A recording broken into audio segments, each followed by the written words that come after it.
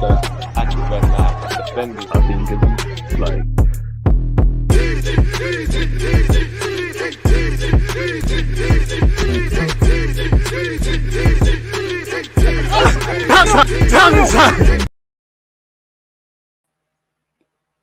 Sorry, folks. Well, let's run that back again, man. I think we just cut out. That's a bit of a dream seller, innit? Let's do that again, people. Take two. so there's always just that actually went mad defending. I think it's like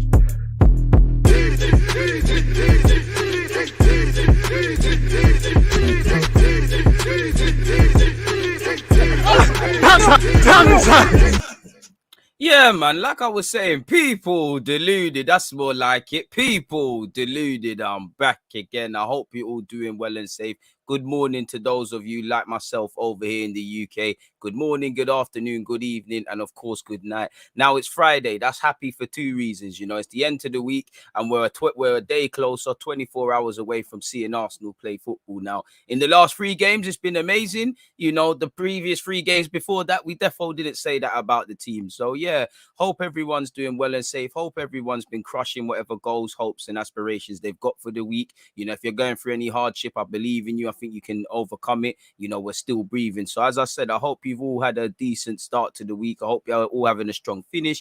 Hope you're all enjoying your Friday. And on top of that, hope everyone's in good health and their loved ones also, you know, mental health, physically, spiritually, all of those things, people. Make sure you're hitting the like button early doors for me, people. And also, please make sure you're checking out the pinned message because I'm going live on Twitch at 2:10. I've got Harry from Chronicles of a Gooner. We're going to be speaking about Arsenal. Obviously, you'll see information for tomorrow. Watch along business, 5 p.m. You know, Arsenal versus Brighton, Brighton versus Arsenal. Throughout the course of this live stream, we'll obviously, or better yet, I'll offer my opinions going into the Brighton game. There's a couple other bits and pieces in relation to transfer news, probably something of nothing.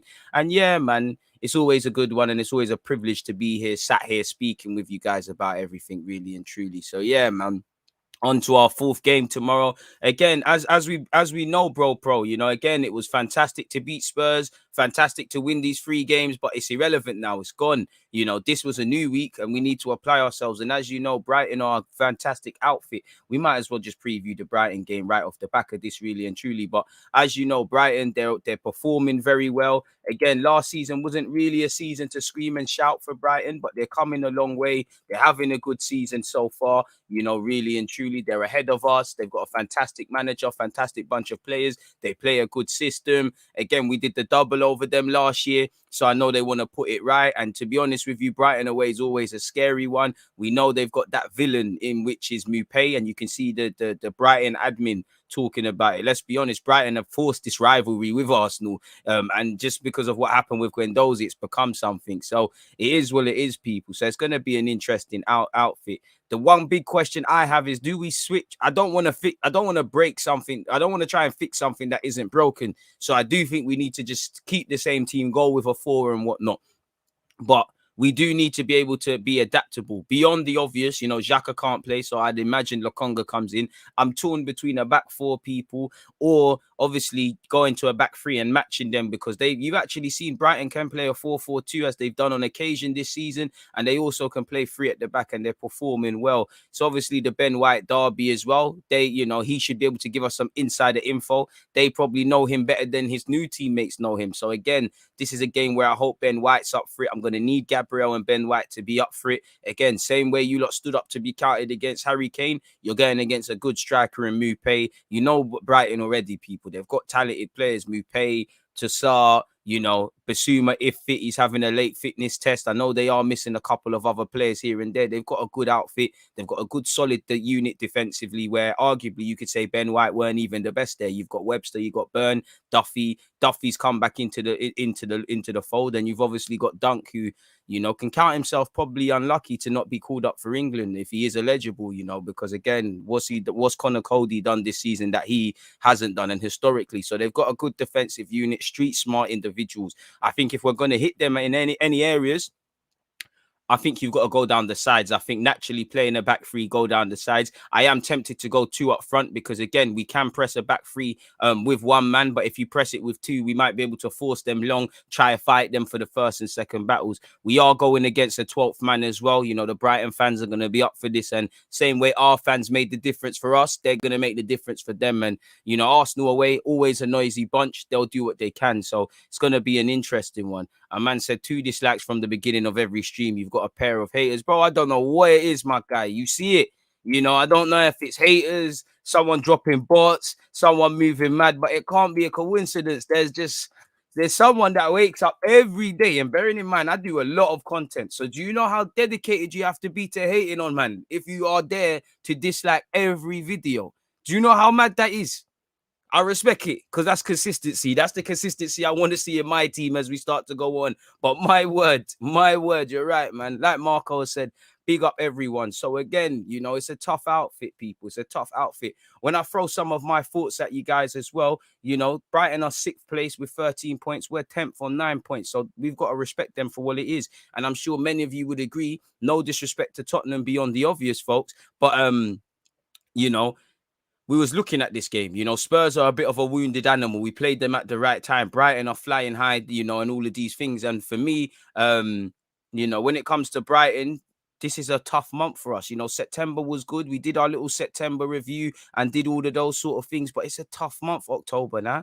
You've got Brighton. You've got Villa, forgive me if I'm wrong. You've got Palace, end of the month. Yeah, Leicester might not be, you know, Leicester of old and flying, but it's still Leicester. It's still a team that we beat them at their place. They beat us at ours. And then you've got to think about November where you've got trips to Anfield and you've got trips to Old Trafford. You know, we're not going to win every game. We're going to drop points, but it's about consistency. Everything's gone our way for these 3 games, just like everything went wrong the previous 3 games. We need to see a base level of performance now. Again, fantastic result against Spurs, fantastic mentality and things, but you need to apply yourself in the same way. There's no giving rights. And Brighton probably want to show that you lot are overrated and you lot are happy about nothing. So you're going to need to apply yourself. You're going to need to be strong in that regard. So hopefully we can do that and we can match them really and just be up for it consistently. What I would like to see, if we're real with ourselves and we scrutinize the last 3 games, Spurs, there was, you know, we was on top of them.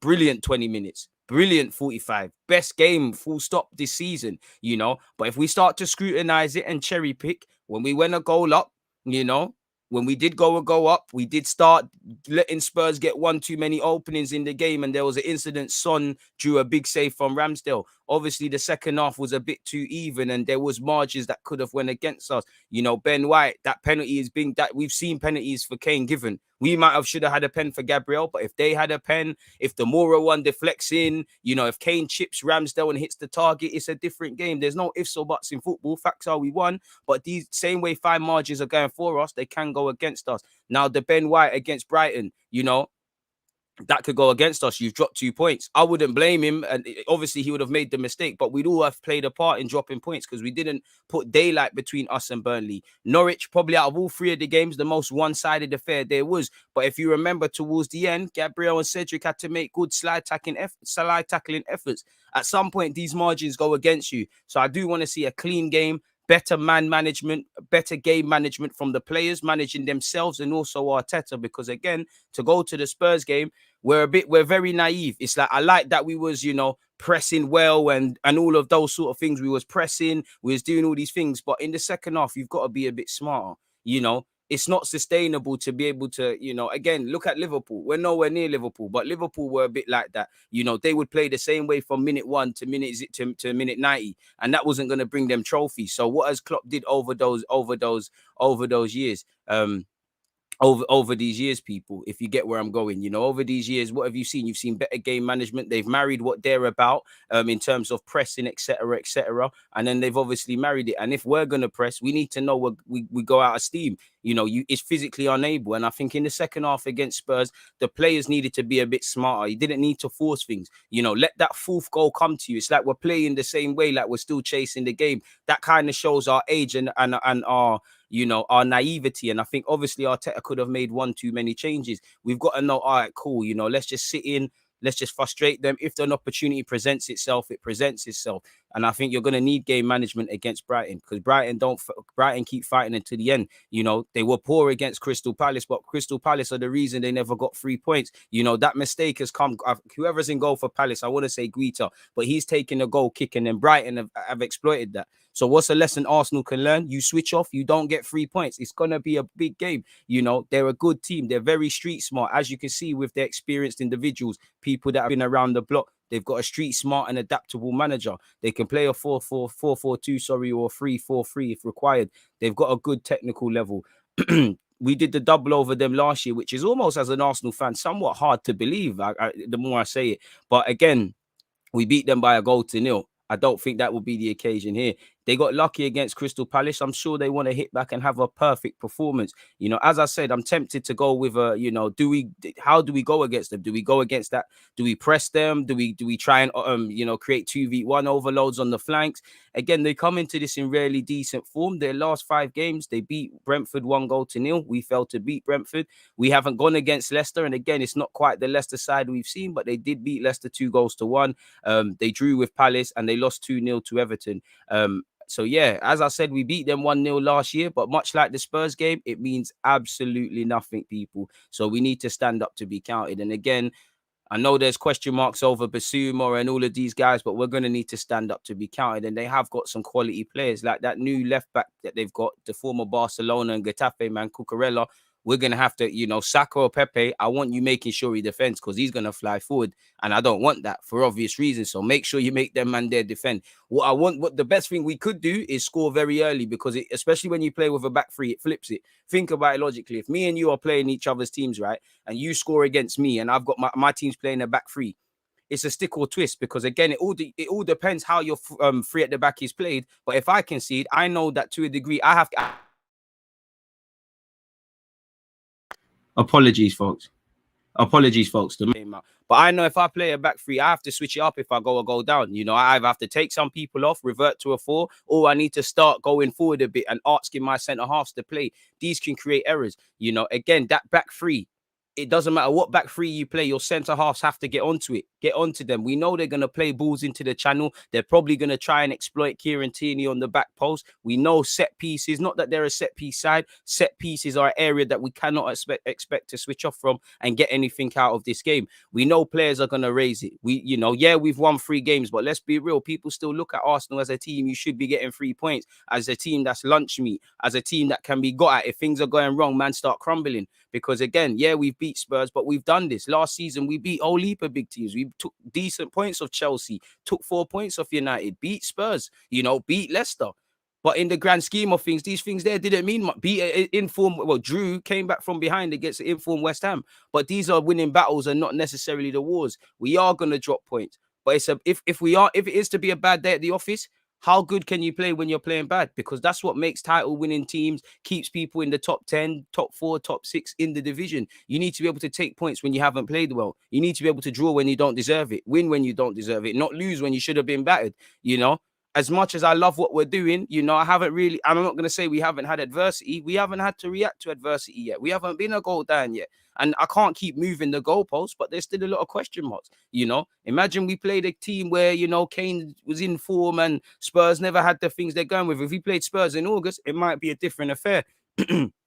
Same way last year, we kind of played Brighton at the right time, if you're honest with yourselves. I swear we played I think it was like Brighton, West Brom. I want to say Chelsea. I'm not sure. It might not have actually been Chelsea, but there was a favourable run of games there. So it is what it is. And it's like Con is saying, Duffy is very good on the set piece attack and defence. He was our top goal scorer during the qualifiers. Again, you can't afford to switch off.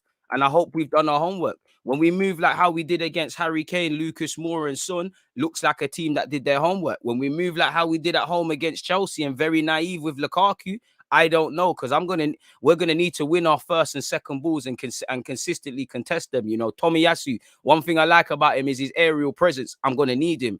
Ben White, I think people get at him a bit too much. I think if you look at him against Norwich, he got decent numbers. Spurs, decent numbers. Even what was it? Brentford, he had decent aerial numbers. It's just people look at the one time you lose out, especially to someone like Toady or whatever, and that's a stick they want to beat you over your head with. I'm going to need you to stand up to be counted. Gabriel's typically good in the air. I'm going to need him Tierney, I'm gonna need you. You know, covering, offering an outlet, speaking. Ramsdale, I'm gonna need his voice. Midfield, Partey, pick up where you left off against Spurs. That was a big performance. Lokonga, come in and show people, give Arteta a headache. You know, I don't expect you to play like Xhaka, you know, or whatever, but go and give him a headache, or even Maitland-Niles if you get thrown in. I need my front three, four, including the 10. You've got to press. You've got to sit in. You've got to work. You know, I need it because Brighton are a very tough outfit, people. Very tough team to play, man. A man said you and Tom are the are a top combination, moving like Bergkamp and Wright. Top watch on the Twitch side. Come on, and appreciate that, Mr. Adlib. And the good thing is, we're going again on Twitch at 2:10, people. Harry's there. Big up, Tom. Make sure you check out the Gooner Talk TV and whatnot. DG, you may need to stop scheduling these on YouTube and just posting on your community page when you're going live, because this hater won't stop. Probably, man. Make sure you're hitting the like button. I don't know, man. I see that brother already has 2 dislikes patterned for your watch along. We keep going, man. Jamie, it's a sad life some man there live, but you know, all we can do is pity them. DG's living rent free.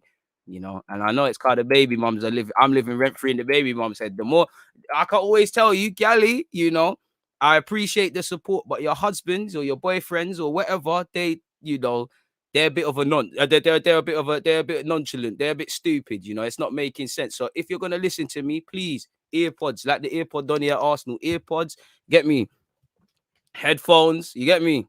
Shout me, I'll send you some because your man's a hater. I understand you want to listen to DG while you're making your fry up, you know, in your little, you know, in the pum pum shorts and that. I understand. DG, you know, is the man MCM or whatever they call it, but your man's doing a mazza on my lives, man. I'm just here trying to earn a living like everyone, man. So shout out to the haters, shout out to the dislikers, shout out to the baby mums and girlfriends out there, you know, baby face killer. Although we're starting to get 1-2 chin hairs. You get me, man? Got a beard in that. But anyways, back to this, people. Back to this, man.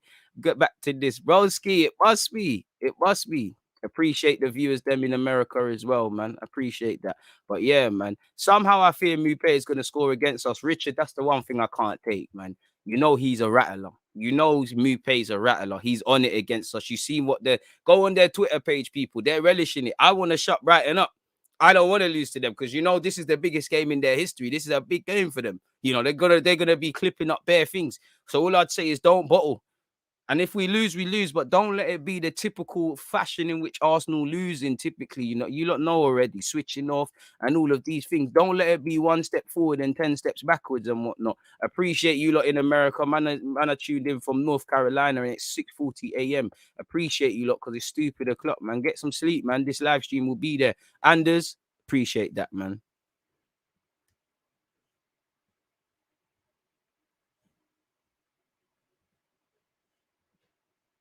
Stop the cap. What are you talking about?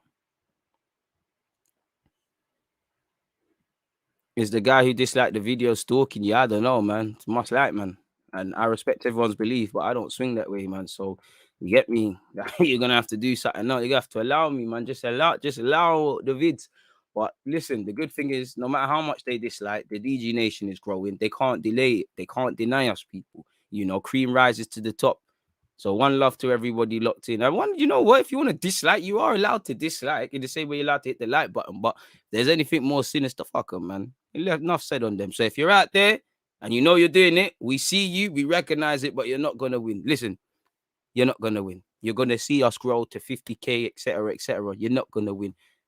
Basuma could make the game according to Potter, Welbeck too. Bro, them man want to make it. Obviously, I don't want to read too much into what Graham Potter is or isn't saying because there is probably an element of truth. There's a little bit of hoodwinking, just like we did. You know, if you listen to Arteta was out there saying, oh, I don't know if Xhaka's going to be fit. Ideally, you want to keep the players who've played the majority. And then what Xhaka started and things like that. So obviously, for me, let's factor in that Basuma is playing, whatever. The only hope is that with Basuma is that he's not fully fit. Now, obviously, not a fully fit Basuma is still Basuma. Danny Welbeck, he's going to be a terrible player to play against. You know, he might lack quality in front of goal, but he works the channels well. He is strong. He does get chances. We know what Danny Welbeck brings to the table as Arsenal fans. So again, and you've got technical quality all around the Brighton team. They have the the ability to mix and match. So it's something we have to be wary of, people, really and truly. I don't want to read too much into team news, but if you want, this is what is on the Brighton website. Brighton Albion will be looking for their 5th win of the Premier League campaign when they face Arsenal. So go out there and mash it up. Simple as that. As you lot know, people, we all know Mupé scored in his last game, and we all saw his comments on Monday Night Football saying he hope Henry doesn't like him. Doesn't hate him if he scores on the weekend. Let's not make that a thing. As you lot can see here, Basuma is making progress, but it will be a decision for later on in the week. Danny Welbeck is seeing a specialist, while Steven Alzante won't be ready for the weekend. So make of that what you will, folks, really, really and truly. Before we get into the lineup and all of these sort of things, I want to go on the Twitter account or Bruno, because I think he works for, what's the thing called? Like, what's them stats people called, man? I can't even remember. Opta. But he had some decent ones. You look at it, Lacazette probably won't start, but Lacazette has scored in 2 of his last 3 appearances against Brighton. Nicolas Pepe scored in 3 in his last 2 appearances against Brighton. So maybe 2 players that aren't involved, it might make the difference. Maybe it will be a case of the super subs people or sort of thing. I'm scrolling down a bit more. Brighton have never kept a clean sheet against Arsenal in the Premier League in 8 meetings. So let's make that 9. Arsenal have had different managers for each of their last 5 home meetings with Brighton, people. 1983, you had Neil.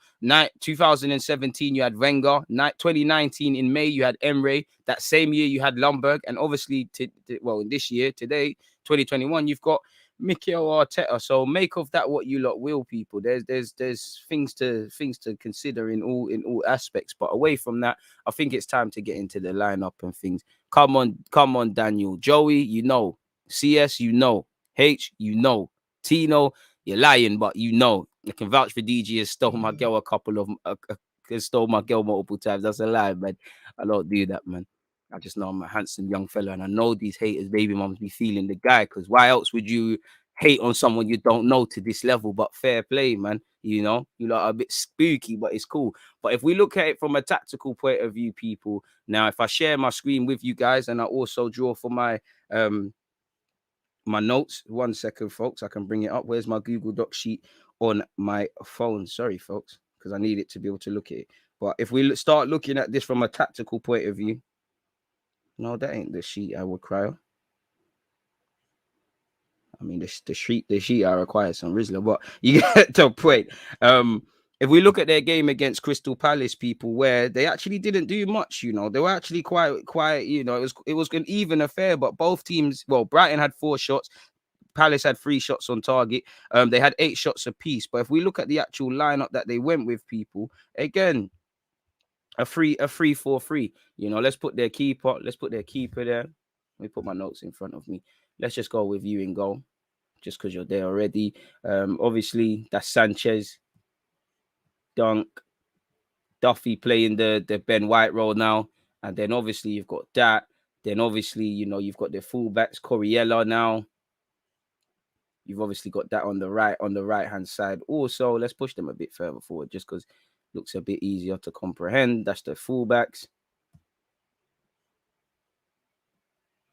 You've obviously got the 2 men in the middle, Pascal Gross and Lallana, the experienced Lallana. And you have seen them gone with a 3. Obviously Mupé works the channels very well, and his movement is top drawer as well. So if you switch off for a minute, he's obviously going to hurt you. You've got Tossart, and obviously they've got Welbeck. Now Welbeck and Mupé will be quite interchangeable. Welbeck will work this channel. Mupé will work and get onto the last shoulders of our centre halves that I'm going to put in a minute. They're quite a narrow side. They're quite a good technical side, people. So at times they're going to be quite narrow. Their team's going to tuck in. Fullbacks are going to tuck in.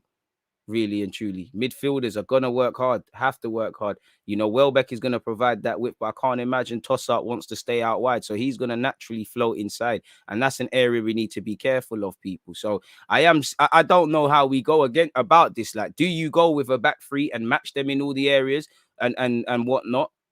Or do you switch? Do you keep a back 4 and run the risk of potential overloads? Like for me, again, it probably won't be him, but you've got to look at Coriella. He flies forward, Spanish fullback. You've seen what he's on. These are the sort of things. I think we have to overload that midfield. They've basically got 4 in midfield, but if we focus on that, as I said, Tossart probably drops quite in real time. I think you see something like that.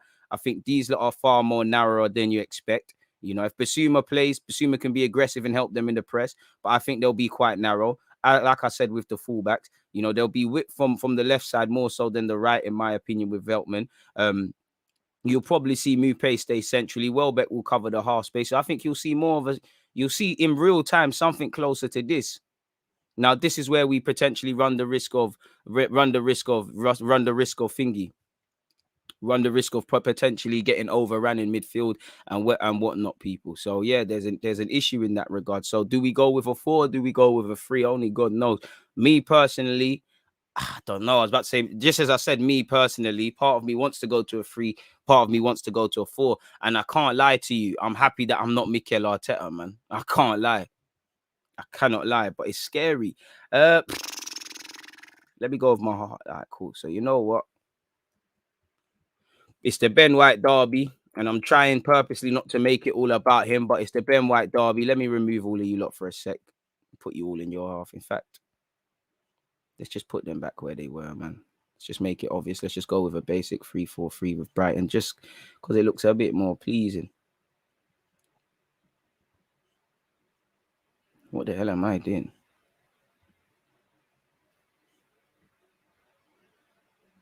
Yeah, let's just leave it as that. So I'm going with Ben White. Again, like I said, overloads because they know better. Let's be real. Ben White looks like he is very naive. He's still learning the tricks and trades. Again, he needs to be switched on. And if I'm him, you look at the goal we conceded against Spurs. If you lot remember, just very quickly, not to scale, but it comes from this right hand side, the opposition's left with Son and that. Now, if you remember now, yeah, Tomiyasu. He's not really done well enough there. He's tried to nick it and it ain't worked against Brian Gill. Saka has switched off and Saka's unaware. My man's onside for what it's worth at the time, but Saka has switched off. You know, Ben White could have covered, and then you obviously had let me put that back because that's Tomiyasu. Ben White could have covered. You had Odegaard and you had Partey who could have all done better as well.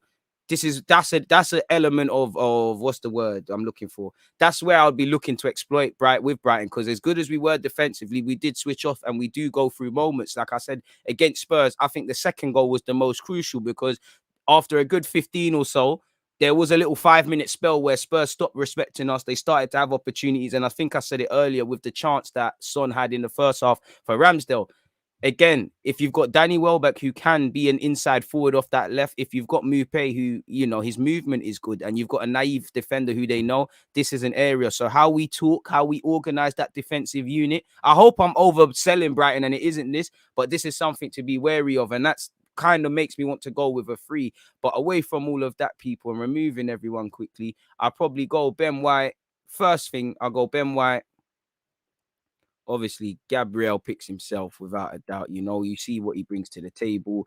You know, Aaron Ramsdale picks himself as well in goal. Goes without saying. Tierney picks himself. I mean, the defense picks itself really and truly. If we're going, we'll talk about a back 3 in a sec. But if you're going with a back 4, it quote unquote picks itself really, really and truly. Yeah, there's about 4 players. What's going on? So yeah, it picks itself essentially, people. So yeah, obviously you've got Tomiyasu, and I'm gonna need Tomiyasu aerially in that game as well. So that's that. I think the midfield there isn't too much to pick from, like you lot saw, people. So it's a Lokonga for me and a Partey affair. I know you could.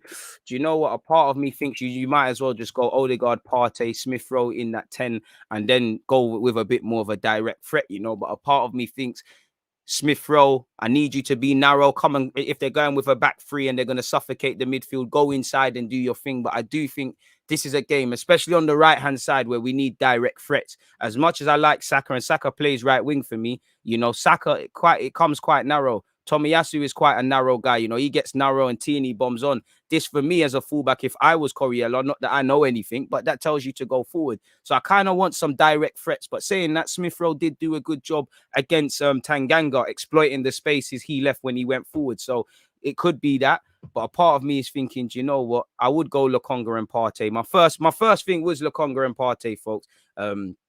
So I'm gonna stick with that. I don't know if we switched off against Spurs. We looked comfortable without the ball, which I think we've been missing. I did think we switched off. There's elements in all 3 games we've switched off. We switched off for the goal. If you get comfortable, that means you switch off. If you get comfortable, you're getting complacent. We definitely switched off for that goal.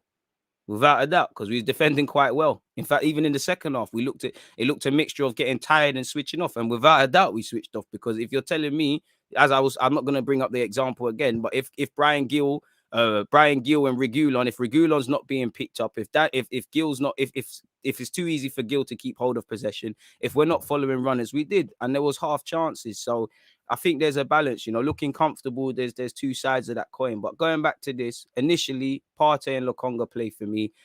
Centre midfield, that probably goes with Odegaard, without a doubt. Odegaard, again, you see what he's bringing to the table. Aubameyang retains his space for me. Now, again, it's a bit of a different one, because you're playing the three at the back. I don't expect you to win all them battles and do what you was doing against Spurs, but can you work those channels for me? I still want to see us, if we can progress on the counter-attack like we did against Spurs, then we can win this game. So my first initial one, probably do that. Smith Rowe gets in for me here. And then obviously, again, I've just said that he picks himself in Bukayo Saka. But then again, I think this team is far too narrow. Like, Smith Rowe's skill set, I know on the counter attack he went out wide, but he's an inside player. He doesn't want to run in behind too many times. He wants the ball to feet. Saka gets quite narrow, I think, under Arteta's instruction. I want Aubameyang working the channels. Tomiyasu's going to get forward, but he's not really there like that. Tierney's going to get forward. How much can Tierney get forward against a back three? I don't know. And without that help, that handbrake, which is Xhaka now, Lokonga can do it, but I don't know if he understands Tierney's game like that. So there are gaps that potentially could be exploited. Obviously, a byproduct is Gabriel's going to have to get wide. You hope Tomiyasu gets wide. We can spread the pitch. Lokonga and Partey can be slightly further forward, and we can do something along these lines. So that's what I will go with initially. Now, if we was to put everyone back in formation very quickly and stop stretching out the side, there are maybe a couple of changes I would make initially. Now, if we're still going with a 4, as I said, I might do a thing like this where, similar to what we saw against Burnley, I'd go Partey and Odegaard. Smith Rowe would probably move inside into the 10 for me. No, Lokonga would not be playing left wing.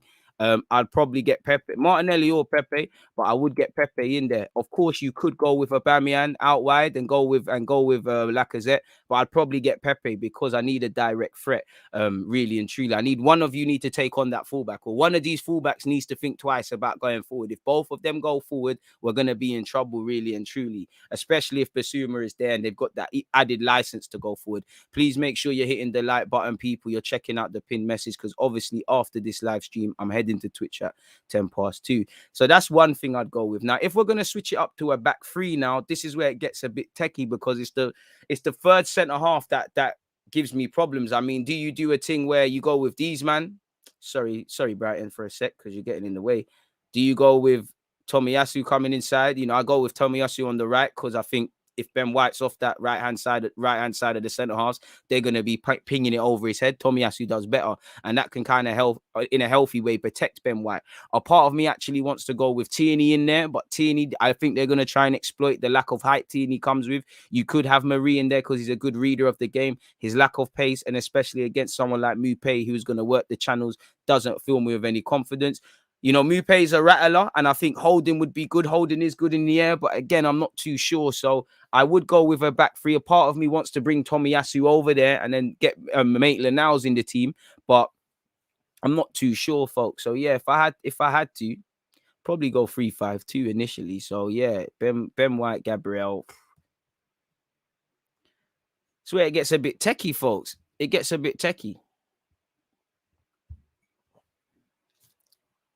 It gets techie because I don't really know for that third centre half.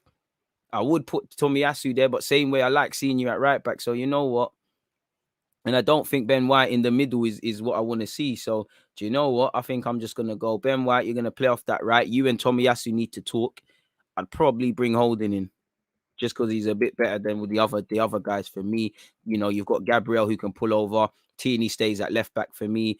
3-5-2. So we need a 5-man midfield. So then, what am I doing? I'm bugging out. Bring you forward. Just get out of the way. Sorry, folks. It's very difficult to look at, man. I'd probably go Someone's got to miss out. I want to get Lacazette in there, but then I am liking the look of this team. I can't lie to you. Odegaard there, Smith Rowe there, Saka just off Aubameyang. I know Saka can obviously go left back, but then again, you've probably got to drop someone. You can't probably get Smith Rowe and Odegaard and Saka within that team. I do want Lacazette and Aubameyang through the middle because I think that gives us a lot in terms of pressing. I do think if Pepe and Martinelli miss out on the bench, you've got at least 2 of your 3 subs that kind of impact the game. So again, part of me, obviously, I'd more want Odegaard off doing that pressing thing, but Saka can operate off him. I don't know. I don't really want to see it, but so in a positive way, I'm a bit surprised by this lineup. I'll probably go with this. It's a bit of a madman thing, people, but I'd probably go with that. You can't really drop Saka or Smith Rowe. Odegaard and Partey, it is what it is. You could bring in Lokonga. You know what? You could put Smith Rowe on the bench, move Odegaard into that 10. Lokonga gets in via that. You've still got an elephant in the room with Saka. And of course, you could put Tierney at centre half. Saka could play left wing back. That's how you get Lacazette in, or even a Pepe off that. I mean, Saka's played 10 for us, but I would more want Smith Rowe operating. It's not as a striker, but just off that striker. And they'll probably all rotate and things. And do you know what? I actually wouldn't mind it, I'm on it. I'm actually on it, I'm actually on it. We're close to 100 likes, so close, but not far. Hit the like button if you haven't. Make sure you're setting your reminders for the watch along tomorrow and all of those sort of things. So that's probably what I would go with, people. Let me know your opinions in general. In fact, let's take in your opinions, full stop. Let me set that timestamp. But yeah, that's all I've got to say in relation to Arsenal versus Brighton, really. And on that note as well, folks, I mean, we've seen what Arteta's had to say. If you haven't, go to my last live stream because we spoke about, we reviewed what he was saying, man. I think Holding deals with things quite good in the back 3. Yeah, man. And I just think we need a rattler. I think Holding's on that. Brighton strikers are quite short, to be honest. Welbs ain't that tall, really, and can be bullied easily if you stick Gabriel on him. I'm not sure on that, but fair play. Don't forget to like and subscribe. Love the sense of humor, DG. Love from Canada. Ahmed, appreciate that, man. I love to the Canadians locked in. Maybe a similar lineup to Burnley, but switch Pepe and Saka on the wings. We have Ben White, so it is what it is. But for content's sake, would you have taken Dunk over White? No, I wouldn't have, to be fair. I'm not going to lie to you. I would have left them all alone, really. I would have left them all alone. As I said, I'm happy with Ben White and I'm more happy with Ramsdale because he's doing more. But I'm not going to sit here and say, or lie and say, when we were screaming goalie, I was saying Ramsdale. I was cool with it. And as you lot saw, he's linked with it. But I wasn't screaming that. And I definitely wasn't screaming 50 million for Ben White when we was linked with him. In fact, I thought it was a bit of a lie until I actually saw, this isn't just paper talk. We're trying to do this. I think many people looked at it and said, I don't think we're doing that, because he was linked with, the Liverpools and Uniteds and Cities and these teams. And then he started getting linked with Arsenal. So yeah, man. Hi, handsome. How you feeling today? Appreciate that. I'm good, man. I'm good. Bit tired, but it's always a pleasure to be with you guys and have this community and whatnot, man. 4 for me if it ain't broke. But same way, I hear you. If it ain't broke, don't fix it. But we've got to realize, with Arsenal, we just need to find one consistent way of playing a certified 11 and things. But as you know, it's a squad game, and you can't, unless you're City and them teams there, you can't really play the same. You can't really play the same way. Arsenal, we lack balance. We either, under some managers that have been here, we play one way and it's that way or the highway to whatever success, or we have too much tinkering. But I think you need balance. On one hand, as you said, I don't really want to change things. But on the other hand, I do think this is a healthy game to change 1-2 little things like we did against Spurs. Because let's be real, I'm not saying no one would have had Saka or Smith Rowe to start better yet, or Aubameyang through the middle, or definitely Xhaka centre mid. But these changes happen, or certain people were kept in the team, and it worked. We do need to change things at some times. How you play against Spurs might not be how you play against Brighton. How you get 3 points at home to Palace might be completely different to how we go with Leicester. Now, we could change it and it doesn't work. Same way, if it went left against Spurs, we'd say, why did Xhaka play? Why did this happen? And this is the nature of the game. But I agree with you, Daniel, in that if it ain't broke, don't fix it. But at the same time, I'd be kidding you if I said, I think we have to give serious consideration to potentially matching them, going with a back three. And because for me, with a back three, if we keep the same principles, trying to go forward, break with some intensity, we can create some overloads. I don't want that Coriella guy going forward too many times. Veltman doesn't go forward as much, but he does, sort of thing. And if they've got Basuma, they've got that handbrake in their back three to go forward even more. So yeah, man, if that's just how I feel. So it's one where I'm happy I'm not Mikel Arteta. I can't lie. It's one where he has to seriously put it under consideration. But it's all about the mentality, man. It sounds cliche, but tactics and these things, to a degree, it goes out the window. It's about the mentality. It's about how we react. We know we're playing an informed side, a very good side with a very good manager. We know there's a bit of rivalry with certain of the players and as the club. We know they're going to have their 12th man. You know, it's a Premier League game, Saturday evening fixture. It's gonna be a mad one. The last time we had an evening fixture against Brentford, we messed it up. So let's stand up to be counted in this fixture. Hopefully, anyways. 230 of you locked in, still not 200 likes, man. You lot are doing the guy dirty. What's all of this about, folks? But yeah, man, we keep progressing. So yeah, that's all I've got to say in relation to, Brighton. What else are you lot saying before we get on to certain transfer stuff and the rest of it? Exactly. We do defend in a free anyways. Tomiyasu goes quite narrow.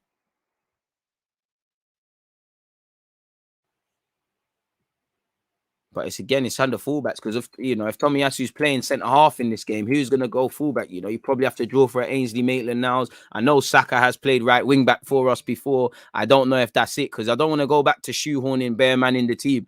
I'll shoehorn one or two and get them in, but I don't because suddenly you start messing up the balance. And for us, because we're not got the most street smart of individuals, even like we spoke about game management, I just think we just have to keep perfecting what we're doing. Let's perfect one way of playing. Let's lock it down. Then when the street smartness and people are smart, then you can start chopping and changing and whatnot. So yeah, man, that's just how I feel in that regards. Whatever you said here, Anders. Hopefully, Arteta next season will give Saliba and Guendouzi a go. I don't want to see Saliba go without a single game played for the senior team. Gonna need to probably think about starting to give him a new deal, but I 100% agree. I do think Guendouzi's gone. I have hope that he could come back, but I think you got a year left. 9 million obligation to buy with Marseille. I know there's been one or two rumblings that they're not happy with him, but seems good as gone. And maybe we sold him too early, even if he is to go, because maybe if you just held on to him for a year and still loaned him out, he's been called up to the France team and things. There could be a bit of a, you can make more than 9 million. Marseille stand in good stead to make a little profit, man. Sometimes it looks like we play a free in possession, so should be able to match them up. That's it. Again, you're right. TT goes quite narrow. Arteta's got what he wanted in that regards.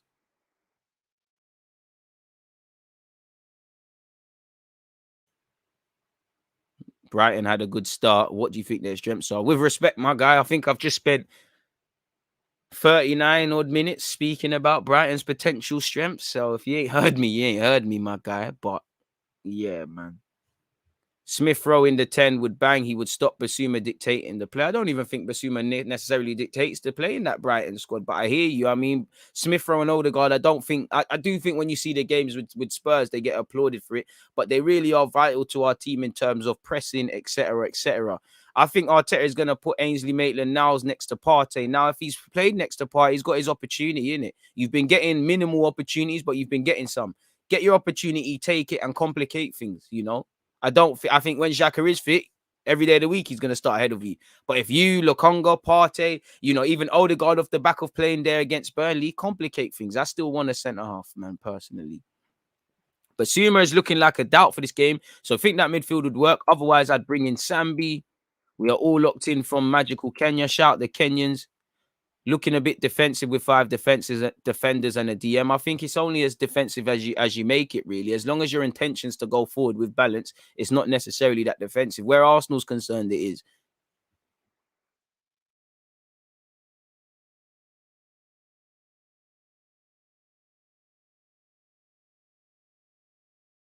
Still think I think Bro I slightly disagree. I agree with what you're saying in what Tommy's being as being a centre half and stuff, but I do think the lack of overlapping will cost us at some point because you take a runner with you. Look at my man.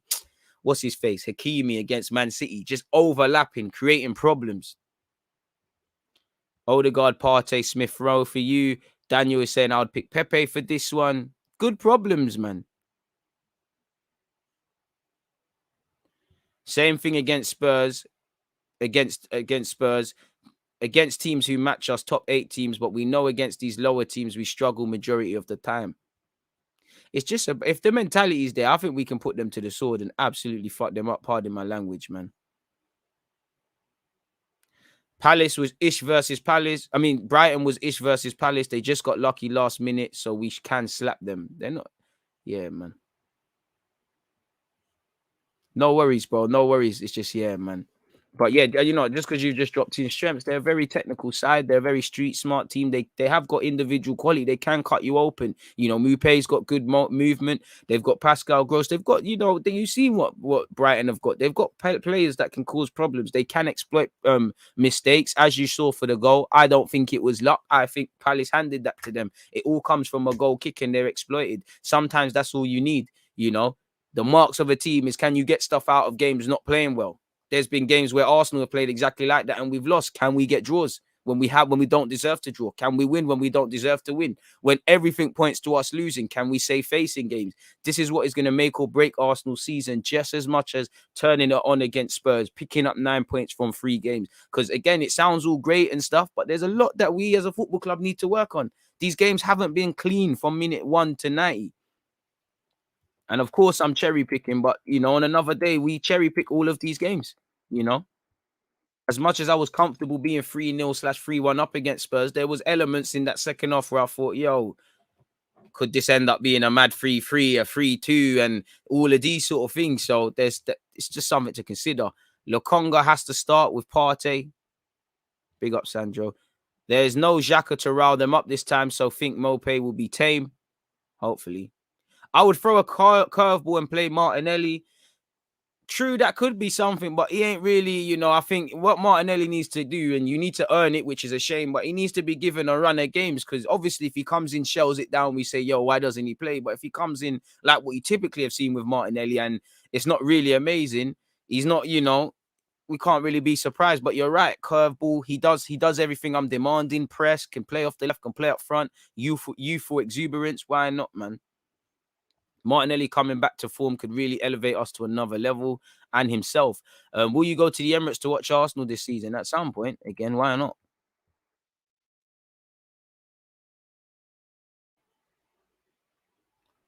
Without looking at this from a negative view, with Brighton winning run gives the mental edge at this point. What does a loss do to Arsenal players mentally, my guy? And I mean, they've got to react. If you go a goal, everything's not going to be wavy, you know. You're not going to go into every game taking the lead, walking away with it, you know. I think Arsenal fans need to get that out of their head. We're not going to win every game. There's going to be L's. There's going to be draws. We've got a young defense. Same way, you know, they're looking good. They're going to do clangers. Tomiyasu's going to have a clanger, you know. Ben White and Gabriel are going to do questionable things. Ramsdale's going to do questionable things, you know. And another way, that Xhaka pass, we might be looking at Ramsdale saying, what the hell are you doing? It's going to happen. It's how we react. If you go down away from home, evening kickoff, the other fans on top of you, the players galvanized. How do you raise it? That's where I see mentality. Because if I really scrutinize things, Arsenal need everything to be perfect. Spurs, it was perfect. We played them at the right time. The sun is shining. The fans are there in their thousands. You know, they're respecting us too much. We need to, you know, it is what it is.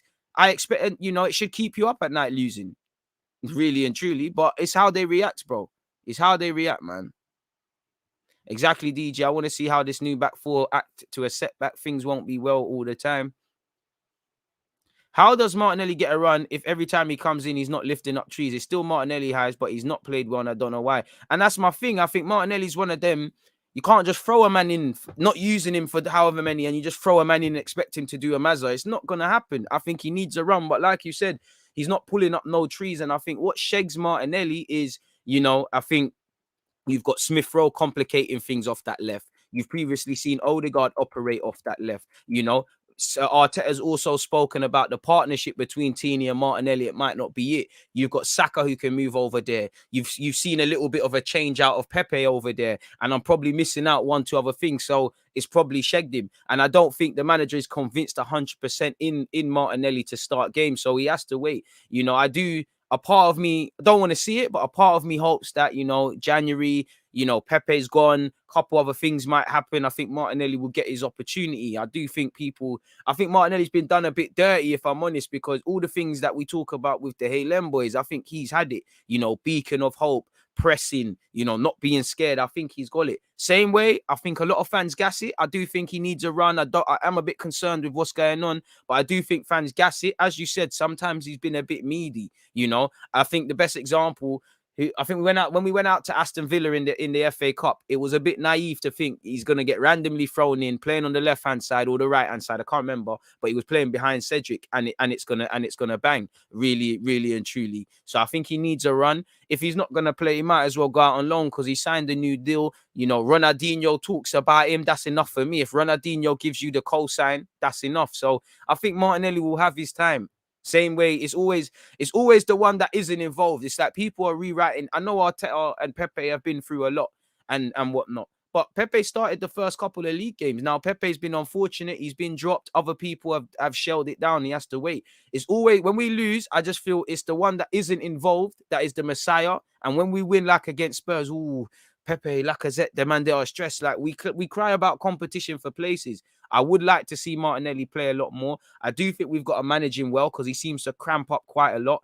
I do think he's got a lot to work on. And as much as I like Martinelli, and I'm not cutting no excuses, you know, he's had a quick rise to football, you know. Like he just a couple of games ago, he was, you know, kicking ball in the second division in Brazil. He's got a lot to learn in that regards, really and truly. So there is a lot. And I do want us to manage him a bit better. Saying that, I want him to play games. As I said before, for me, if you're not doing the Martinelli thing, I mean, if you're not doing the Lacazette and the Aubameyang thing through the middle, then I personally want to see Martinelli. If you're not going to do Pepe false nine or something mad like that, like we saw under him at Lille, Martinelli's my third choice striker within this team, arguably second, because Lacazette can be a use for 6 months to May or whatever for this last year, but he's not here long term.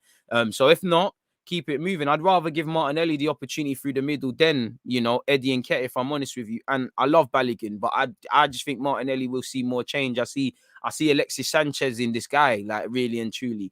I think they'll come good. I think, you know, Martinelli and Saliba, when they're ready and they're more figureheads in our team, I think they'll give us something, man.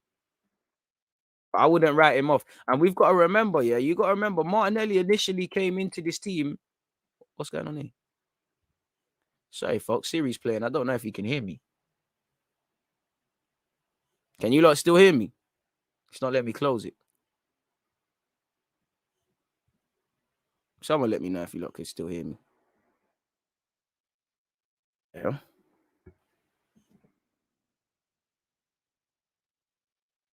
I won't respond to that. All right, cool. Well, bless. Yeah. I thought it was a bit awkward, but as I was saying with Martinelli, I don't think it's wise to write him off. I just want to see a bit of clarity over what we're doing with him. And as I was saying, you got to remember when he initially came into this team, he was meant to do up under 23s. It's just because he's impressed Emre so much, he got to look in. So it's like we need to temper expectations a bit. Love for everyone telling me you can hear, you know, I might not be showing it, but you shut up the nerves. I think he'll have his time. It sounds cliche, but it's a long season. And I think, you know, we went with this with Pepe. You know, to be fair, Pepe might not be shelling it down, but it's a dramatically better Pepe, and he's a Pepe that gives us something. And as much as I criticized Arteta at the time, I'm not going to sit here and lie. I do think Pepe is a bit more all-rounded now. You see him defending. It's not just he's still frustrating, but it's not just these in the games for 30 seconds or so. Now, when Pepe 9 times out of 10, even if he scores, it's the general play. And I think maybe Martinelli needs a bit of that different because Martinelli puts a shift in. I do think he needs to refine his technical level. You know, sometimes he's a bit scrappy with it. I think he needs to polish up. I do think sometimes there's a youthful over exuberance, and when you're young and you want to impress and you want to run around and do all these things, it works. But sometimes it can actually be at the detriment to the club and yourself. So yeah, man. I think he'll get his time, man. Just like Pepe got his time, I think his time will come. I hope it comes, if I'm honest with you, because he's there, man. As much as I like him, bro, I can't lie. His first touch is horrible. Like, it's still better than mine, but it's horrible. Like, for someone like Martinelli, he's got to refine that, man. And once he refines these things, I think he'll be lit. I don't think he'll be at Arsenal long. I'll be honest with you. I think him, Gabriel, don't think they'll be here long. I said the same about Terrera if he played as well, funny enough. So I'm not probably the best person to make these predictions, but I believe in them, man. We've got Pepe and Martinelli as our second team. That's not bad depth, bro. We cry about depth. We've got depth now. It might be a different story if we had European competition and whatnot. Maybe people would recognize it, but we cry about competition. We say, oh, it's too easy to pick the team. Now there's competition. If you're not doing your job, you can be dropped. Because I actually feel Aubameyang played all right against Burnley and Norwich without finishing his dinner. But he could have been dropped, as we said, going into that North London derby. Yo, you have to play Pepe, this, that, and the other. You have to play Lacazette, Martinelli, maybe. Certain people would have said, you know, that you can't play Xhaka. It's got to be Lokonga. Rightly so, we won. All that's flipped on its head. All of it. In a positive sense, we need these problems. Like, we need problems. Arsenal never have good problems. We always have, you don't know the issues that go on with this club. I wish we could sit here and just talk about football and issue and selection issues. We need these problems. The good thing is we don't have to depend upon him to lift us. He still gets time. He's still young. Appreciate you lot once again for telling me you could hear me, man. DG, how much do you think fan channels have? Sorry, how much pressure do you think fan channels have on the modern day baller? All them players be watching. I don't think anybody watches me, but I would say it does and doesn't, because it's easy for me to say, and I believe the majority of the footballers, of the higher level, but man, I'm not watching what the media says. You know, personally, I'd care more about what the fans say, rightly or wrongly, than the media, because obviously, you know, if I'm an Arsenal player and I see Arsenal fans slagging me off or praising me, obviously I want to care about how they view me or see their sentiment, or it's gonna touch me a bit deeper than, you know, the talk shites, the Jamie O'Hara and all of these guys, you know, because they're gonna say what they want. But at the same time, as a footballer, rightly or wrongly, it's irrelevant, innit? You need to keep tunnel vision. All that matters is what's going on in your season, what's happening internally, and people love and hate you. You know, 1 minute, you know, Lingard was a hero at United when he first come back. He scored. Then he made himself a villain for giving away the back passing against Young Boys. Made himself a hero winning against West Ham. You know, Xhaka was a villain going into the big game against Spurs, and still might be a villain again, but he's a hero. So these things happen. People flip flop, and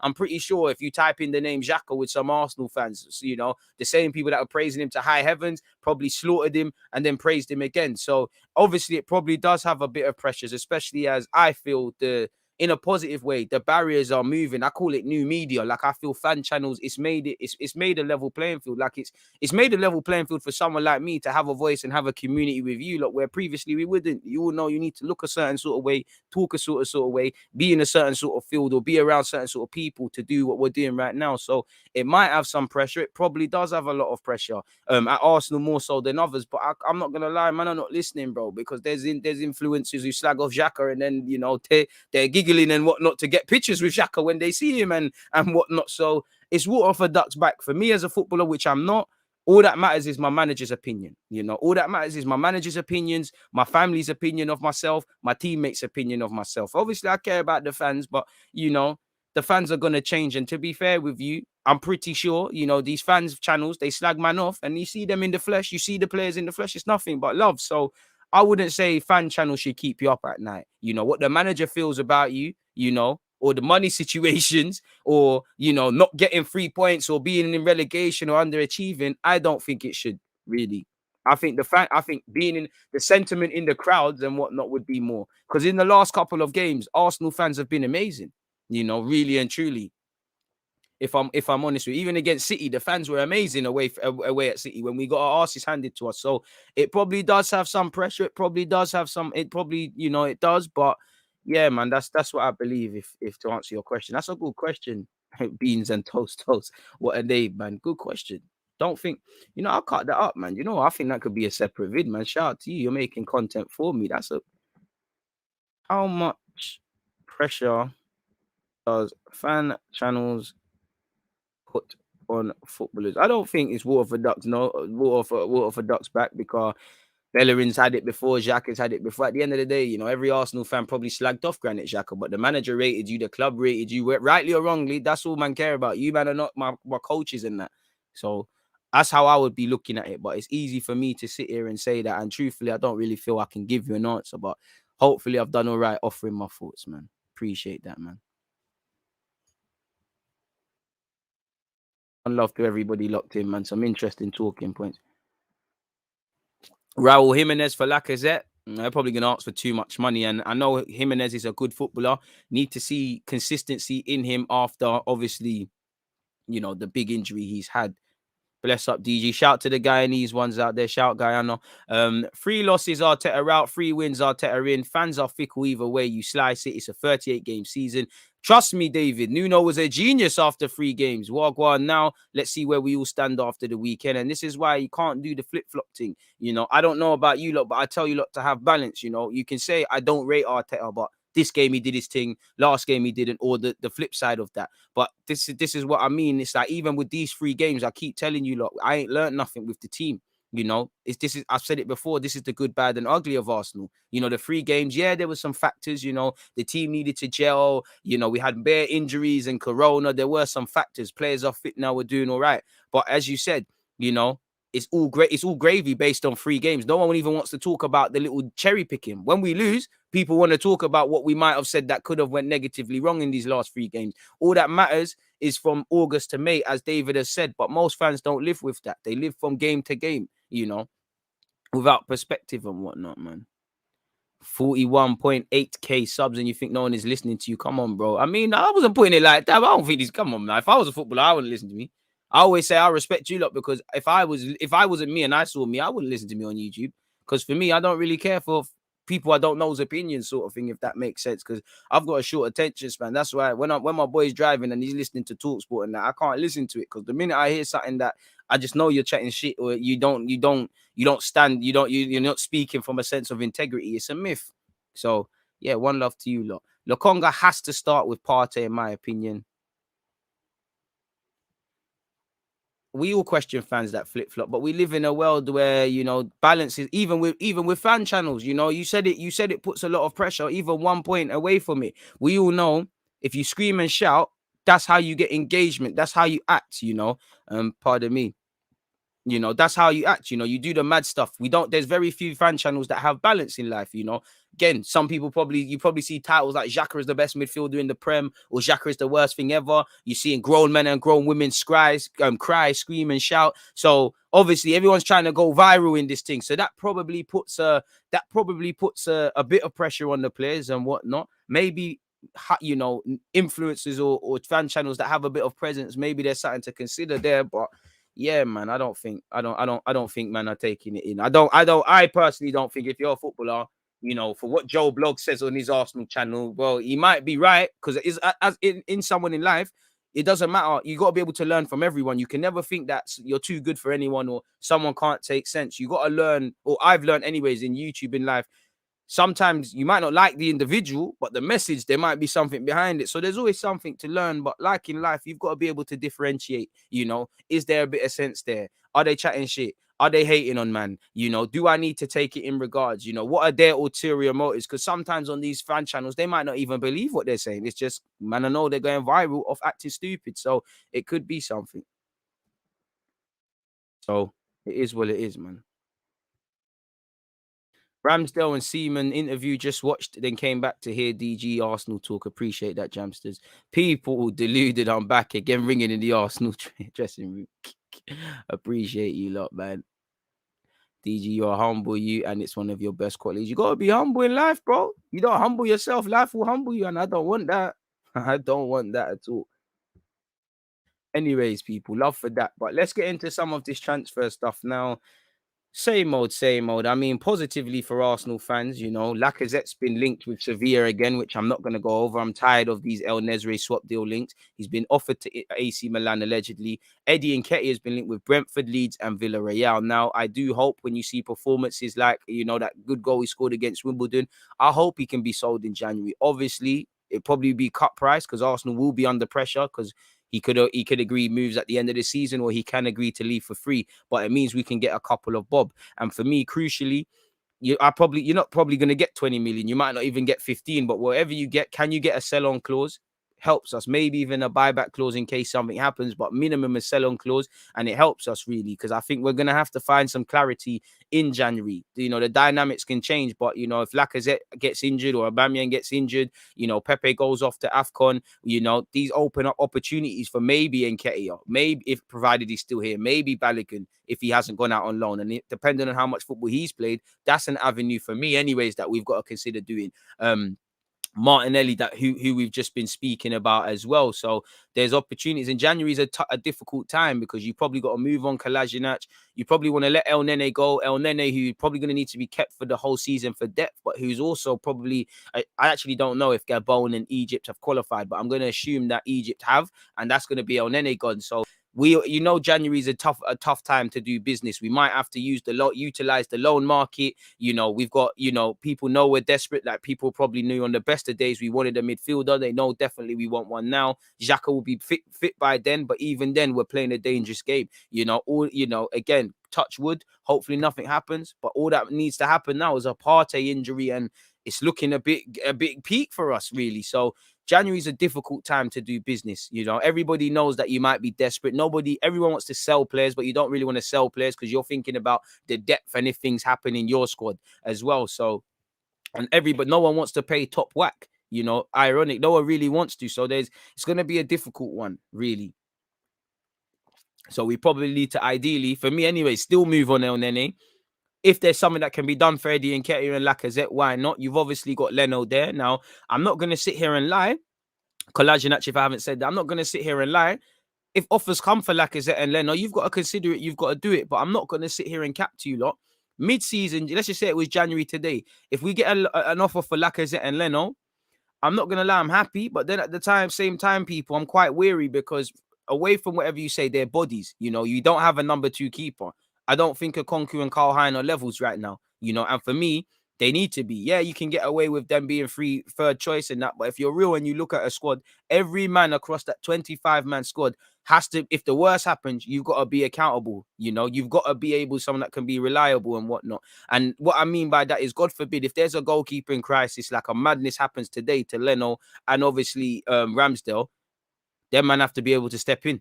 You know, if Leno goes in January and for whatever reason we can't bring in a number 2 and you say, you know what, the young boys will do it, they need to be levels. Now, Arthur Okonkwo, I can't lie, based on what I've seen in pre-season, based on what I've seen in him generally, I think he needs a loan or he needs some polishing before he can ever really contest for that first team spot at Arsenal on a proper basis. The same goes for Carl Hein. And that's not a criticism. They're young men in goal, really and truly. Same way like in defense. If anything happens, you know, this is, as much as he said it were in his squad and whatnot at a time, you've ran the rule over these guys. You know, they need to all be relied upon. So it's a difficult one. So if you let Leno go and for whatever reason, a next keeper can't be brought in, I know I'm a bit more comfortable up front with Lacazette's departure because I think we've got bodies. But again, you know, as much as I think I want to play Martinelli through the middle, he's going to have to learn. You saw how much he struggled physically against West Brom through the middle. He needs to learn that. And obviously, Balogun playing up front against Brentford. Now, they're still learning. Sometimes you're just going to need an experienced man. Lacazette, physically in his condition, able to throw his weight around. Sometimes you're just going to need that. Look at United. As much as it's a Greenwood thing and this young player and that young player, sometimes man just have to play, it has to be Ronaldo through the middle. Before that, Cavani has to come on and do a thing. It's as simple as that. You know, I'm sure Chelsea got a little young G's out there to play up front. They said, you know what, we might be able to do that, but we got to go and grab Lukaku. He's not really scoring goals. Still a bit of a flat track bully at this moment, but you get the point, people. So I do think it would make our squad weaker, and I don't necessarily. Well, I hope if Leno leaves, you bring in a keeper. I don't know what we're gonna do with Lacazette. I think we'll probably wait until the summer. And I think we'll see another striker come in, or maybe, I don't know. It all depends. If Aubameyang starts scoring goals, we might say, you know what, we'll hold on to that. So I'm not really sure, people. But for what it's worth, first article is said over here, folks. Milan offered chance to sign Arsenal striker. Let me zoom in, provided you lot can see. Hopefully you can. Milan have been offered the chance to sign France striker Alexandre Lacazette by the Premier League side Arsenal. Now, obviously, in the last couple of years, or really the last 18 months, Lacazette's agents and Arsenal, they've all been offering him around, but nobody seems to want to do it and take on his wages.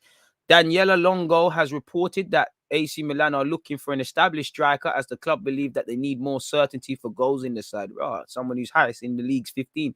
Boy, fair play, go and do it. And to be fair to you, they have got, well, I know he's going through a problem with health at this moment in time, but AC Milan did have Ivan Gasidas and he's still technically employed. So this might be another way these links are falling from. And they seem to keep going after our ex-targets. Apparently, Belotti is an option on the shortlist and they've always liked the striker. So maybe there's no truth in Lacazette. They need a striker and people are just linking them with every striker who has a pinky toe out the door at their current employers. Pardon me. Since they're looking at strikers who have their contracts expiring, Lacazette has been offered to Milan too. His deal at the Emirates expires next summer, and Milan do like him. But the significant problem is that he earns 9 million per season, and that is too much for AC Milan. Milan want to work alongside sustainable wages, and Lacazette doesn't fit that, with Dalvolio not looking to exceed their 5 million per season wage. So if Lacazette will break his wage demand slightly, then a move could happen there. If not, then there's an issue. Apparently, Arsenal have held internal discussions over a potential move to bring Barcelona goalkeeper Neto to North London. Now, if you remember, allegedly, Edu wanted to bring in Neto and not Aaron Ramsdale. Now, does Neto want to sit on the bench? You're sitting on the bench at Barcelona. I know Barcelona's a calamity, and to be fair, we did better against Benfica than them. But I would rather sit on the bench at Benfica than Arsenal, especially where Arsenal are, if I'm completely honest with you. So while it would be good for the club, I don't know if it makes much sense, and it does feel like a bit of a lazy rumour once again. But apparently Arsenal are looking at him, and apparently the Daily Mail claimed that Arsenal are still looking to sign another goalkeeper. So beyond that, but Barcelona want him to take a pay cut. So if he wants to take a pay cut, if I'm leaving Barcelona to join a new company, think about it logically. If you're leaving one employer for another, unless there's some madness, you're not going to want to go for less money. You want more, or at least levels. So I'm not sure what's going to happen there. On that topic, there's several accounts linking us with, or better yet, Eddie Nketiah with a move. Type his name in on Google. He's been linked with Brentford. He's been linked with Leeds again. He's been linked with Aston Villa now. Take your pick, man. I don't know how. I mean, Villa, you got Ings and Watkins and all of these sort of things. I don't know how Eddie Nketiah takes it to another level, but fair play. You know, he could be an option in the squad. Villa have, the Ramsey brothers. They got Archer. They've got a young right back on loan at this moment in time. He's at Swindon. They've got the Chumeka brothers. Villa got some wavy youngsters coming through. So again, I guess if that's what you're trying to do, you could throw Eddie into that. I don't know how, for me, if I was Eddie, I'm not going back to Leeds under Bielsa under what happened. Brentford could be an angle, but you're not getting ahead of Ivan Toney, and that Mbembe plays in a different role, but he has a good partnership. For me, Eddie needs to go Germany or something. Stuttgart probably needs to chat to him. But for what it's worth, Eddie is pushing for a January exit with Leeds United and Aston Villa leading the race for his signature, people. Apparently, we all know Eddie's done well in training and he came on and scored. We all know he could have joined Crystal Palace, but the wage demand scuppered that chance. So hopefully there is something. Apparently, it says here Bielsa is still a big fan of Eddie Nketiah, people. I mean, you can be a big fan, but are you going to play him? I mean, it doesn't really, once you leave Arsenal, I don't really care beyond that. But yeah, Eddie Nketiah has been linked with a couple of moves. And look, Aston Villa, Brentford and Leeds United, all keen on the player who wants January move. Leeds United, Aston Villa and Brentford are eyeing a move for Arsenal star Eddie Nketiah, who has plans to leave his club in January in search of regular game time. And I don't know if your agent's doing the best thing, because you shouldn't have wasted however many months are being wasted here. Are you going to play at Leeds ahead of Brentford? Fair play. If you want to be a Premier League footballer, you need to back yourself, innit? Brentford, you're not getting ahead of Toney. Who knows? What do I know? The gaffer might do that. But I see top strikers at Villa. I see top individuals at Brentford. I see good players at Leeds as well. So I don't know if you're going to get game time at any of these clubs, but go and do your thing, Eddie, because you're 22. You need to go out there and play. So fair play. Go and do what you need to do, Eddie. In relation to Arsenal rumours, that seems to be all there is, though, people. So we do need to solve what's happening. We need to sort out the future of at least 3 strikers. If Eddie Nketiah and Lacazette or one of them doesn't leave, or 2 leave, then cool, Balogun gets chances. If not, you need to loan out Balogun. You might even have to loan out Martinelli with excluding the AFCON. You need to decide what you're doing. There's too many strikers, in fact, there's a lot of individuals at the team that need game time, and there isn't too many of them, people. And as you lot can see here, also people, there's 2 other bits and pieces coming up. Make sure you hit the like button, and you're here at 2:10. Well, that's here being Twitch, because I'm gonna have Harry. Apparently Alexander Lacazette considering Arsenal exit and could be used in player plus cash deal for who? Lacazette is becoming more open to leaving Arsenal in January, admit lack of playing time.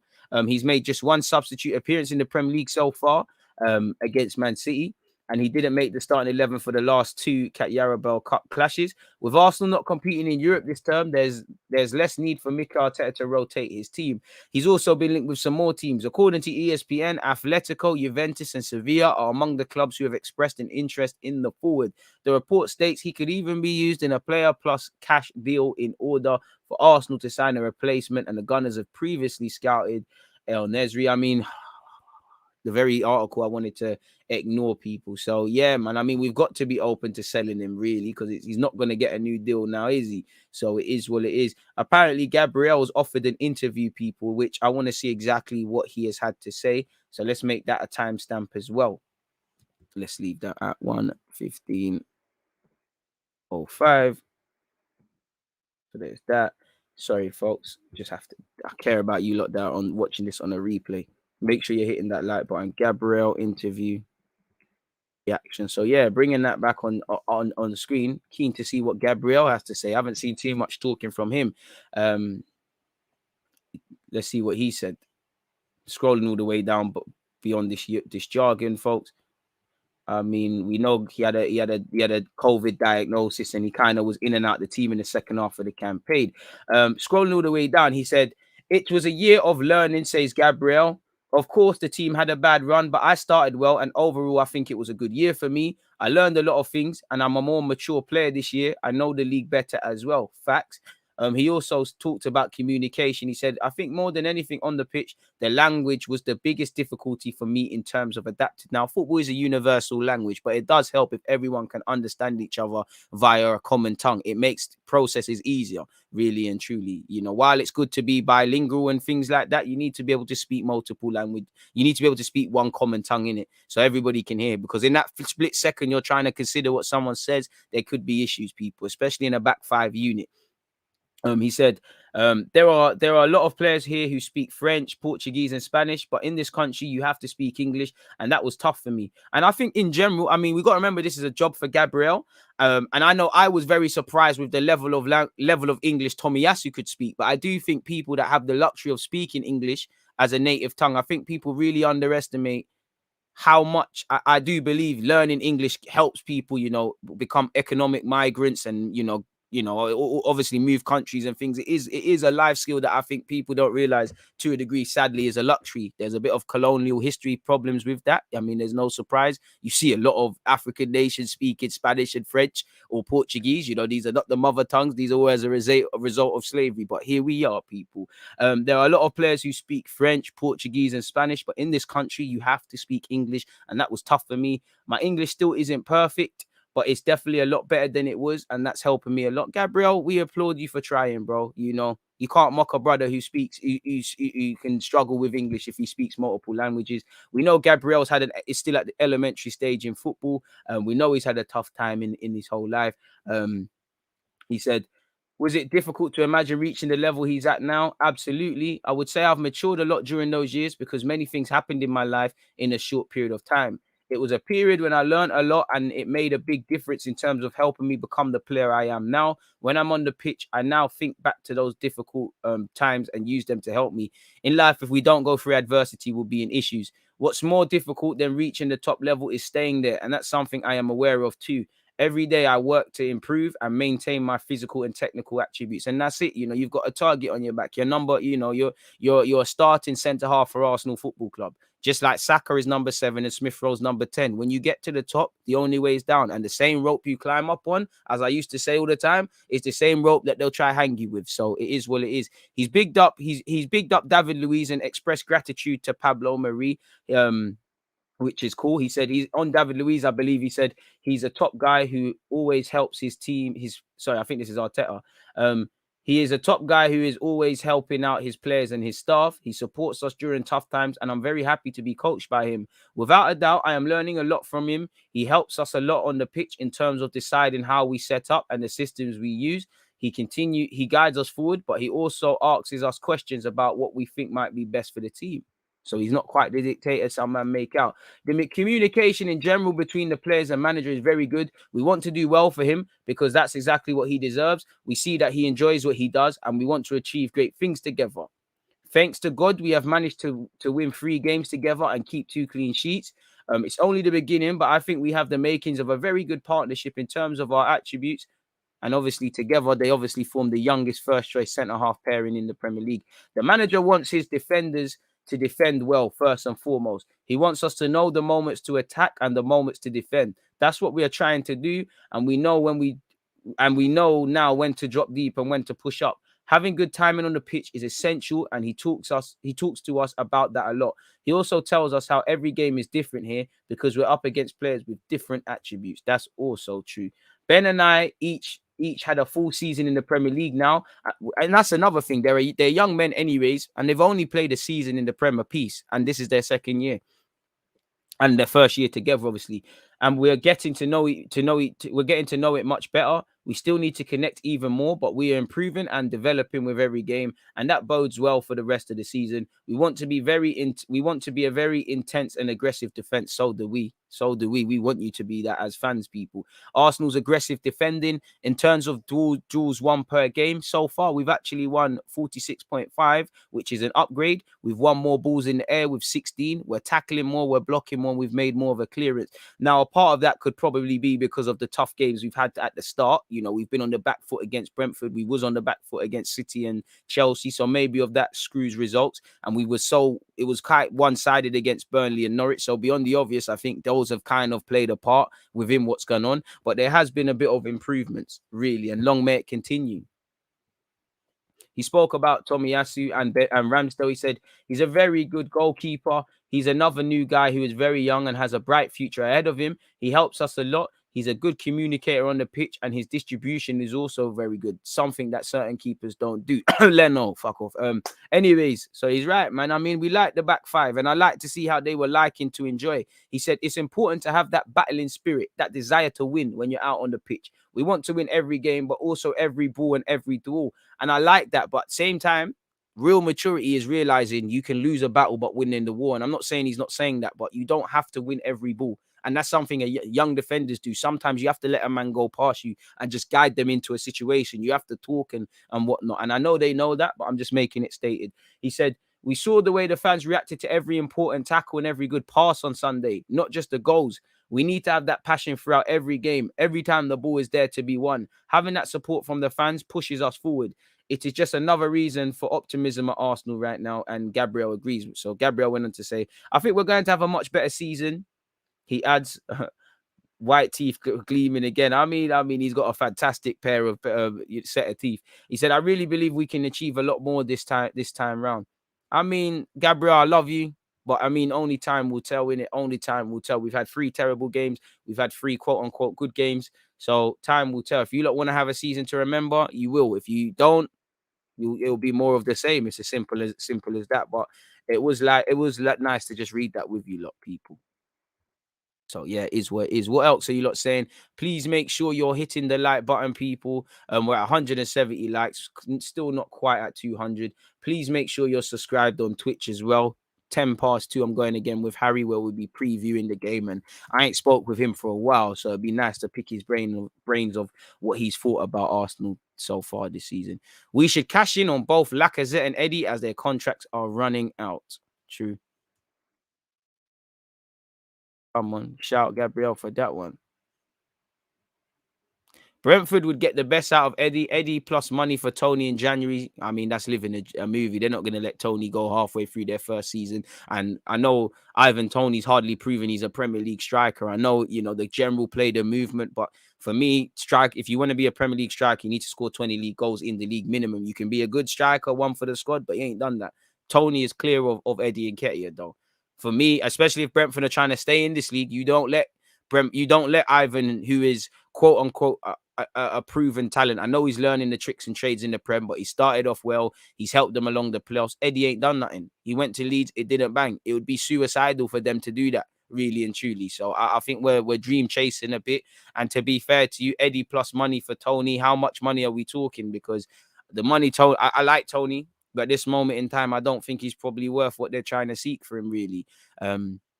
I would rather sell Lacazette, but it's easier said than done. And as we saw with Eddie, we accepted an offer for Eddie in the summer. He has to agree to the move in terms of personal terms. And Lacazette, obviously being 29, needing to think a bit more than Eddie, who's 22. I'm not sure, man. Come on.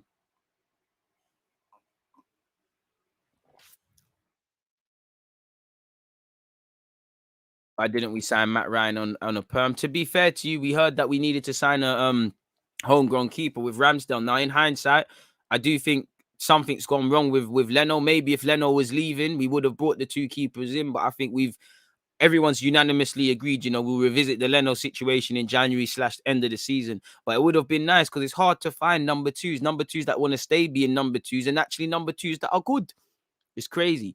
Love for letting me know. Gabon, Egypt, Ghana, and Ivory Coast have qualified for AFCON. So assuming that information is right. So as I was saying earlier, assuming Aubameyang is still eligible for international football, that's Aubameyang, El Nene, Thomas Partey, and obviously Pepe gone. And why do I always feel like we're missing another African player out at Arsenal? Pepe, Partey, Aubameyang, El Nene. There's the next one. I swear there's 5. It must not be. Exactly. Yeah, bro. Shout out to Ramsdale for that, man. Needs to come. He ain't technically been capped by England. Come play for Jamaica, Ramsdale. We can make a booked passport. We can do something, man.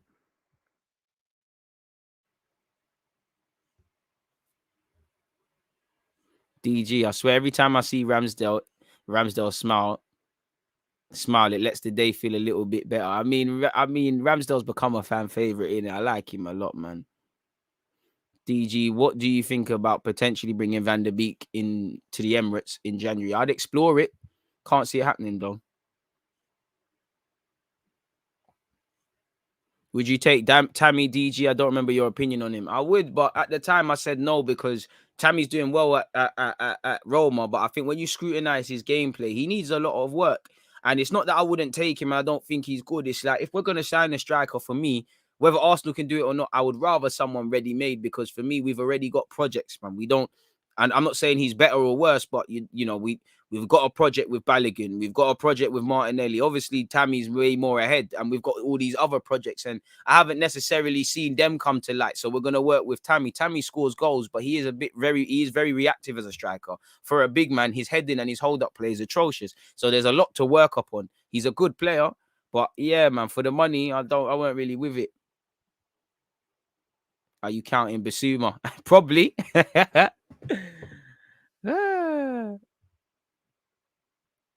Brown Eagles tired, but could try that, man.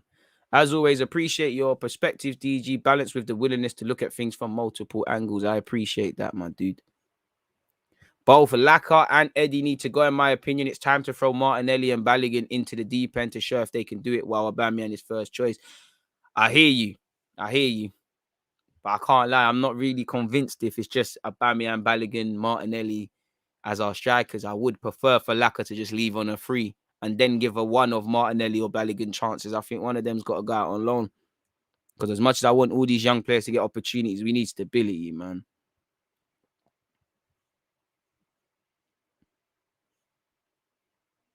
There's too much dead wood leaving for free or can't sell due to wage demands. It will take time to get to where Arsenal want to be, but the kids need to grow and play together to get there. Let them play. Amen.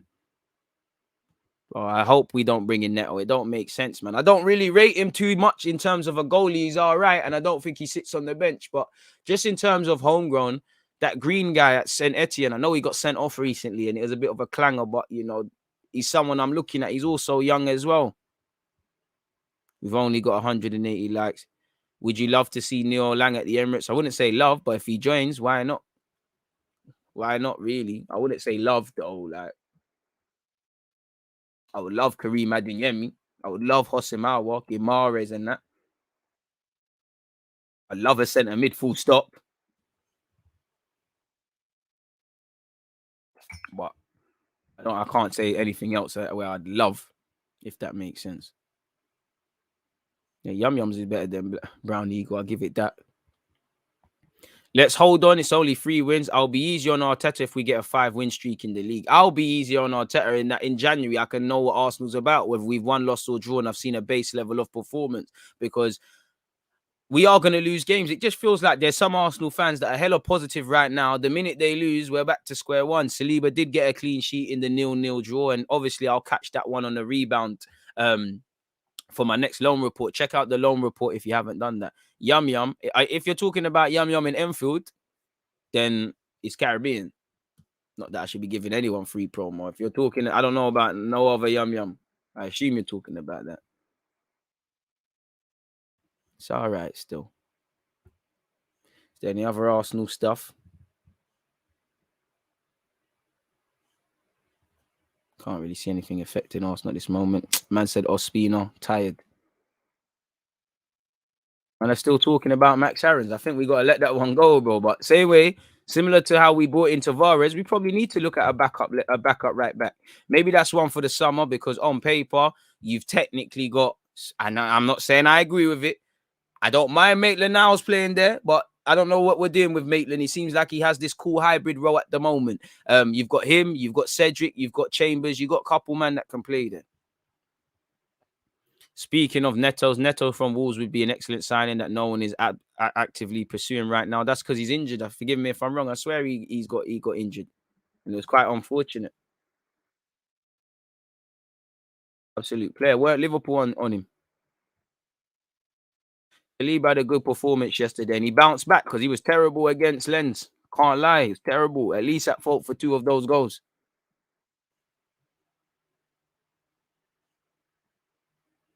Man said Fabianski. Arsenal have had a fetish for shit goalies for a minute. It's crazy. Flirting with 200 likes, people.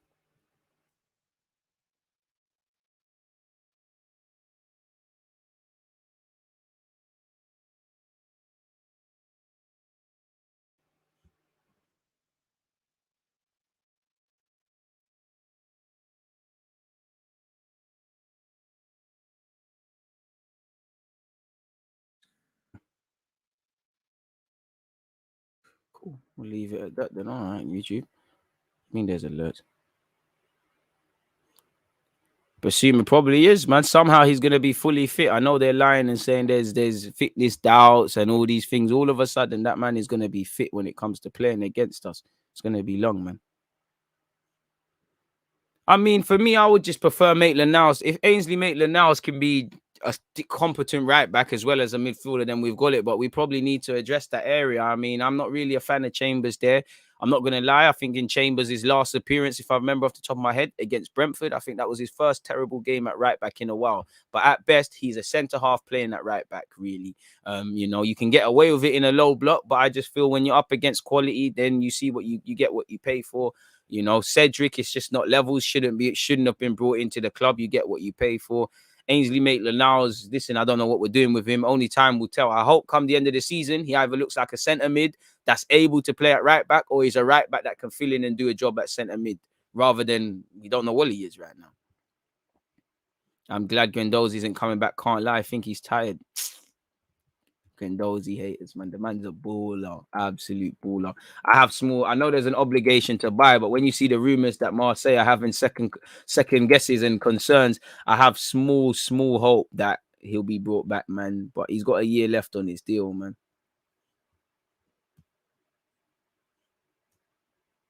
So hopefully something is patterned in that regards. Let me trying to see if there's anything else Arsenal related. Why do you lot keep putting Arsenal's ex shit goalies in the thing? Gosh, I think there's a bit of a propaganda piece here, people. Should we read this? What's going on there? Running your mouth after VAR proved you wrong. Little man needs to relax before I snatch that wig off your head. Van Aanholt never said that, man. But it's funny. But yeah, looking at this quick, people. No. I don't want none of this, man. Bad man don't do the cookie thing. But anyways, Tomiyasu has a mentality like Ronaldo. Let's see what's going on there. That's definitely an eye-catching one. Let's. Hey, Sandro, I've seen you. You can Guendouzi flatters to deceive. I can't lie. You've rated some tired man. So what? He really said that? Well, this. I was about to say something mad. We what? Well, now, what was just chatting on the tweets? You're doing what the Yatties do. Stop tweeting and come get active in the fields, man. You didn't do nothing. I'm sure you've bucked Guendouzi then. Shut up, Van Aanholt, man. You ain't on piss, man. You dickhead. You snatch that wig. VAR, you might be right with the VAR thing, but you ain't on nothing. What's all of that? A footballer, man. You know, you're picking on guys like Guendouzi. Come and chat to the real thugs. But anyways, forget all of that. Van Aanholt, you know, you're just salty. Bro, Guendouzi's my guy. How much money does Guendouzi get paid? Allow it, man. You probably whoring yourself out to join us on the free. Shut up, Van Aanholt, man. But anyways, from a fullback who is shit and a fullback to a fullback who's actually good, let's speak about Tomiyasu. He's been compared in terms of mentality to Ronaldo, people. We know no one's dribbled past Tomiyasu. That don't really make sense for me because he could have done better for the goal we conceded against Spurs. But apparently, Pinto, who is the sporting director, at the first club he was at when he was at Europe, when he came into Europe, Sint-Truiden, which is in Belgium. He said, what is amazing about Tommy is that he doesn't accept anything that isn't success. I mean, you've got to. And I can't lie, that's something that when I look at Japanese culture and a lot of neighboring Asian cultures, you get that vibe from them. When they do something, there's seriousness. You know, you look at Son, who's Korean, you get the same vibe. Man are serious about what they're doing. Anything less than excellence, you know, and they're very humble. They don't feel like they've achieved anything. Like even when you hear the way Son's dad speaks. So that's one thing I was keen to see when I saw him come in. And like a lot of Asian players, they're very competent of what their job is. They might not be the most flashiest and, you know, doing a madness at right back, but you can tell he likes his job. You can tell he's got a dedication to, if I need to improve 1v1 or I need to improve this, he doesn't just do the bare minimum. You can tell this is someone that is serious, not just about football, but life. Like this is a man that I know nothing about, this 22-year-old. But he moves like he's 35 and that, and I can tell he's probably got business interests and other little things set up for when football's done. You get the vibe that he's serious with this, people. So yeah, he said he's not lucky. Nothing for Tommy comes because he's lucky. He's just a hard-working player. You find a lot of dedicated players, but Tommy has a little bit of the Cristiano Ronaldo mentality in terms of determination, in terms of working hard, and in terms of eating healthy. He's a player who is never satisfied. He will always continue to work hard and keep developing himself. Tomiyasu is a player who's had his career mapped out from early. I mean, what's going on there? Right, he played against Ainsley Maitland-Niles in 2016. You know, how funny how life works out. He said, that game was one big reason for me why I wanted to play in the Premier League. We couldn't do anything in that game. At that moment, I thought that I have to one day get to a level where I could play in England. And I mean, Tomiyasu was 17 at the time. Crazy how life works out, man.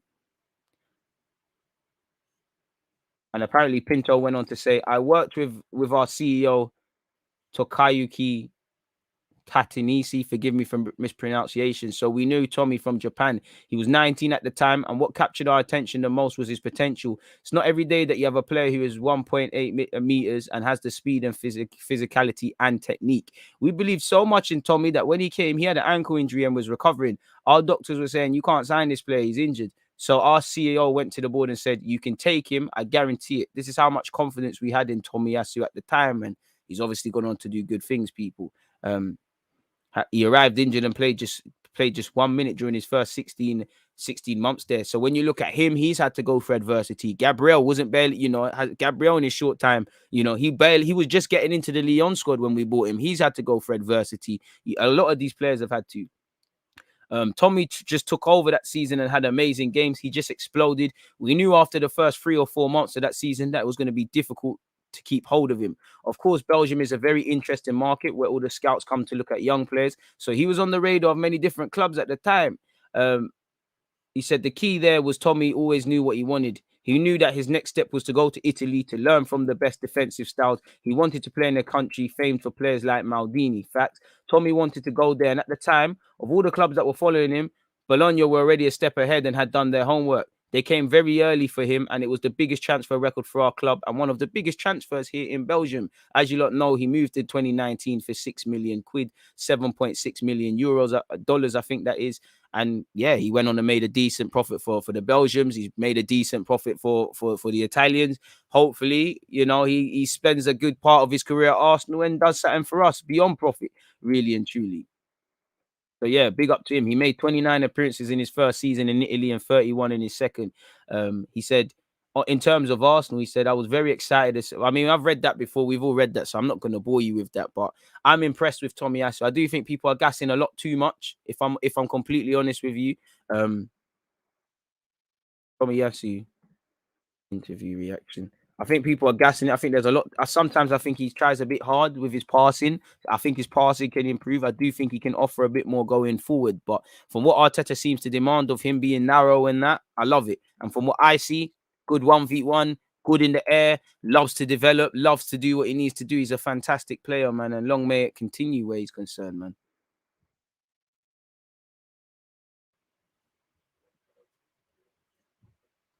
Tommy is a serious dude and he doesn't stop. I'm glad we brought him in. Great surprise because I ain't watched him ever. I ain't ever watched the Bologna game in my life.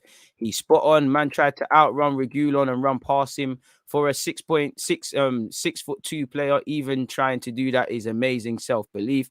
And there's a discipline and their discipline to their task, my bro. Wish we could make 10 more signings like that because he's consistent with it.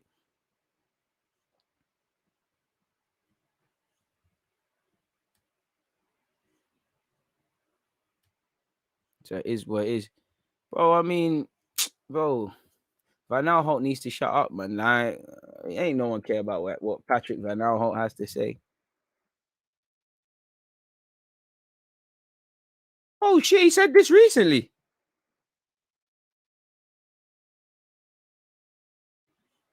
Swear down. Oh, this is something recent. Swear down. Where have I been? Stop capping, man, because it don't mean nothing. Because when you had the chance to do stuff, you didn't do stuff. Stop all that threatening, man. You mean you saw the niggas robbed you and you ain't do nothing? Like, shut up, man. I swear I hate stuff like this. Too much chatting, Twitter fingers, man. Shut up, Van Aanholt. You're 31. You're a big man. You're a big man who's made a lot of money in your career. You know, calm down. Stop hating on Guendouzi, man. Stop hating on the guy.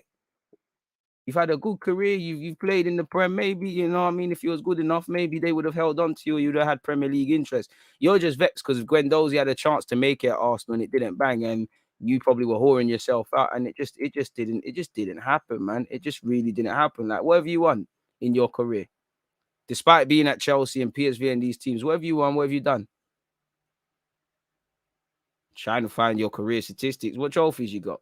Listen, you're a professional footballer. You played for your country, but you're angry at the wrong things, man. You're angry at the wrong things. And you're happy you got a point. Running your mouth after VAR proved you wrong. Little man needs to relax before I snatch that wig off your head. Well done to my Lions for a hard-earned point on the road. Dead. Absolutely dead. And it doesn't make sense because, again, you know, you're giving my guy verbal. Fuck Van Aanholt, man. You're giving my guy verbal, but I'm seeing pictures like this. Do something, bruh. You're a good eat, you know. You're a good guy, man. Just stick to doing the tats and that, man. Stick to doing the fake Chris Brown thing, man. You don't do the tough man thing. Do you know how jarring that is? Why are you talking on socials? It was done. You know, you're rattled. Are you gassed about getting a point? Some Z-list. A big club like Galatasaray, they're not happy with a point. What a mug. What a dud.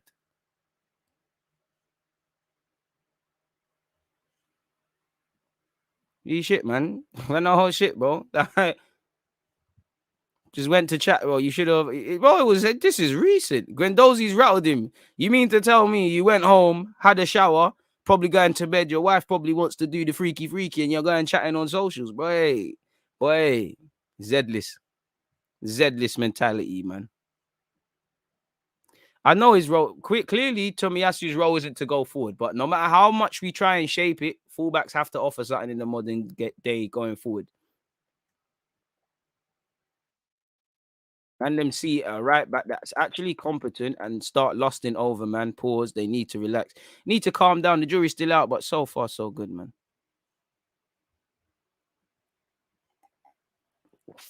With this current form, do you think we'll ever sell TT? Bought for a good price, can easily go for 30, maybe. But again, it's been 3 games. I need to see what you're saying after 30 and whatnot, man.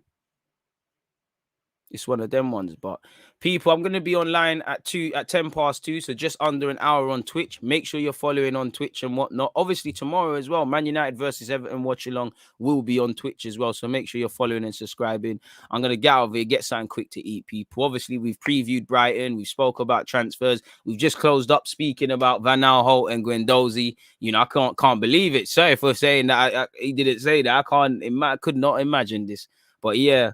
Seems like it was feisty in Europa League more than we knew. But yeah, man, obviously, make sure you've set your reminders as well. Tomorrow, live from 5 p.m. UK time, it's obviously Brighton versus Arsenal. So I'll start my watch along from there. Hope to see you all there. If you can't be there, hit the like button and do what you can for engagements. Stay safe. Enjoy what's left of your Friday. And I hope to see you lot over there on Twitch and see you tomorrow and whatnot, people. But yeah, man, take care. I'm out.